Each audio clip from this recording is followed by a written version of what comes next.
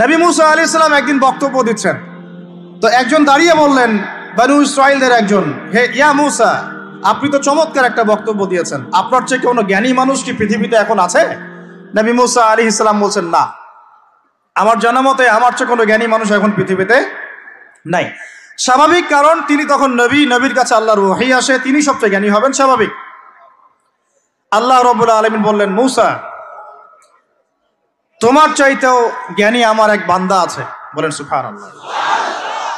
নবী মুসা আলাইহিস সালাম যখনই শুনতে পারলেন যে আমার চেয়েও জ্ঞানী একজন বান্দা আছেন, তিনি বললেন যে আমি তার সাথে দেখা করতে চাই, আমি তার সাথে দেখা করতে চাই। যুবকরা শোনেন, জ্ঞানী মানুষের সন্ধান পাওয়ার পরে নবী মুসা নবী হয়েও দূর দূরান্ত সফর করেছেন ওই জ্ঞানী মানুষের সাথে সাক্ষাৎ করার জন্য।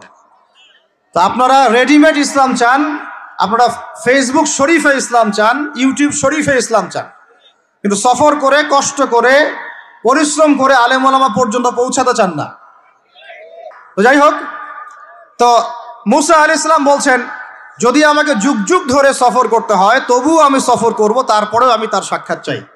আল্লাহ পাক বললেন, ঠিক আছে, তুমি তাকে পাবে যখন মাজমাউল বাহরাইন বলা হয়, দুই সমুদ্র যেখানে মিলে যাবে সেখানে তুমি আমার সেই বান্দাকে পাবে।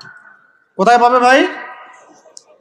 দুই সমুদ্র যেখানে মিলে যাবে সেখানে পাবে। এখানে আপনি ভৌগোলিকভাবে আর ব্যাখ্যা নিতে পারেন, আধ্যাত্মিকভাবেও নিতে পারেন। দুই সমুদ্র বলতে হয়তো বা ভৌগোলিকভাবে বোঝানো হতে পারে, অথবা আধ্যাত্মিকত্বও বোঝানো হতে পারে, যে বস্তুবাদী জ্ঞান এবং মারিফতের জ্ঞান যেখানে মিলে যাবে সেখানে। আল্লাহু আ'লাম, আল্লাহ ভালো জানেন। তো নবী মুসা আলাইহিস সালাম তার একজন সঙ্গীকে নিলেন, সেই সঙ্গী একজন যুবক। তরুণরা ভালো করে শোনেন, তরুণদের ত্যাগেই ইসলাম দাঁড়িয়ে আছে, আলহামদুলিল্লাহ। এই তরুণরা যদি